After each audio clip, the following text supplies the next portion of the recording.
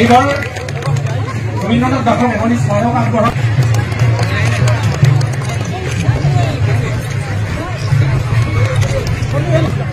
নগৰখন আগবঢ়াব তেখেতৰ বঁটা প্ৰদান কৰোঁতা অনিমা গোস্বামী এবং বাহিৰৰ নাতি অভিপ্সা গোস্বামী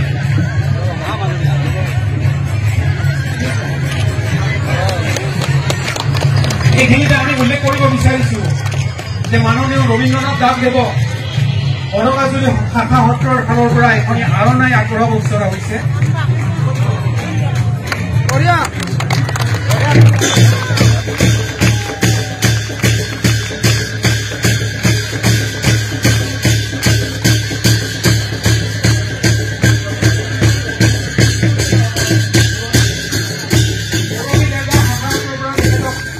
সম্বৰ্ধনা জনাব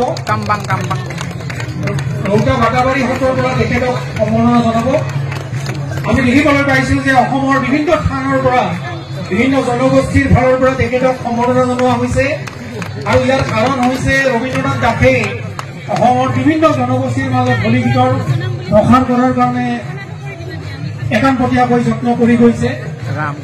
এতিয়া আমি ৰবীন্দ্ৰনাথ দাসক চমুকৈ তেখেতৰ মনৰ কথা প্ৰকাশ কৰিবলৈ অনুৰোধ জনাইছো। ৰাম ৰাম ৰাম মোৰ আজি ভাষা নাই, ভাল লাগি কিবা আনন্দিত হৈছো। সঁচাকৈ আজি বৰনিৰ্বাচনটো বৰপেটা সাংস্কৃতিক মঞ্চৰ মোৰ নিচিনা এজন এই ক্ষুদ্ৰ শিল্পী এজনক ইমানখিনি ৰাজ্যৰ মাজত মোক যি আদৰি আনি যিবোৰ সন্মান দিছে তাৰ বাবে মই বৰপেটা সাংস্কৃতিক মঞ্চ বৰ্ণি বসন্তৰ সমস্ত কৰ্মকৰ্তালৈ মই আন্তৰিক অভিনন্দন জনাইছো আৰু মই সেৱা জনাইছো। আজি মোক যিখিনি সন্মান জনাইছে মোৰ ক'বলৈ একো ভাষা নাই আৰু আপোনালোকৰ নিশ্চয় আশীৰ্বাদ পালে মই নিশ্চয় আগলৈ নিশ্চয় আগবাঢ়ি যাব পাৰিম আৰু এই বঁটাৰে মোক যদি উৎসাহ দিছে নিশ্চয় মই আৰু আগবাঢ়ি যাব পাৰিম।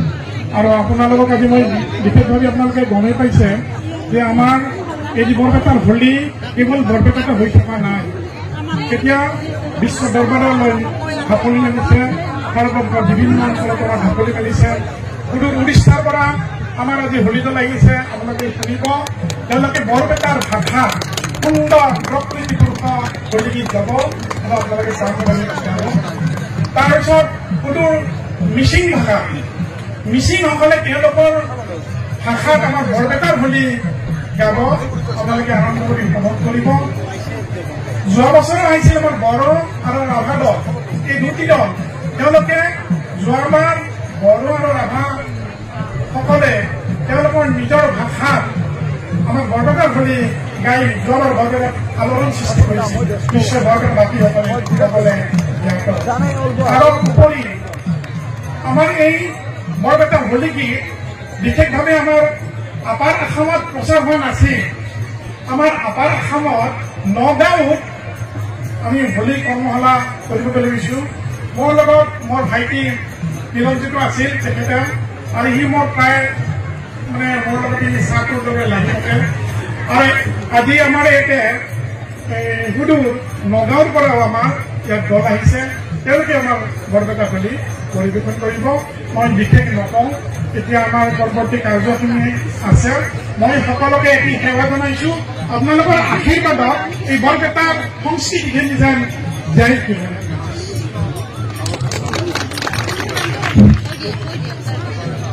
নগাঁও জিলা মহিলা পাৰিষদৰ পৰা ৰবীন্দ্ৰনাথ দাসক এখনি গামোচাৰে আদৰণি জনাব বিচৰা হৈছে। গুৱাহাটী বামুণী মৈদামৰ পৰা কল্যাণী তালুকাৰে তেখেতক আদৰণি জনাব বিচাৰিছে। তেখেতসকলে দলটোৰ ফালৰ পৰা এই সম্বৰ্ধনা আগবঢ়াইছে। আমি এতিয়া মঞ্চত উপবিষ্ট আটাইকে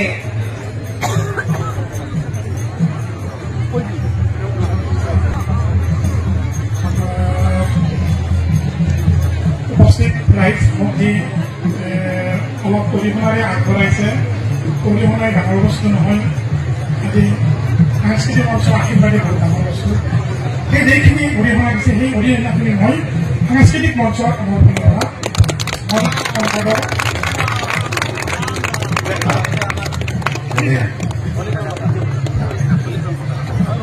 ৰবীন্দ্ৰনাথ দাসে তেখেতলৈ আগবঢ়োৱা নগদধন অনিল বসন্তলৈকে আগবঢ়াইছে, তেখেতক ধন্যবাদ জনাইছো। আমি এতিয়া মঞ্চত উপবিষ্ট ব্যক্তিসকলক আমাৰ বাওঁফালে থকা স্থানত আসন গ্ৰহণ কৰিবলৈ অনুৰোধ জনাইছো আৰু আমি তৃতীয় আৰু অন্তিম বঁটাটোৰ ফালে আগবাঢ়িছো। আমাৰ তিনিটা বঁটা এই বছৰৰ অনিল বসন্তৰ উপলক্ষত আগবঢ়োৱা হৈছিল।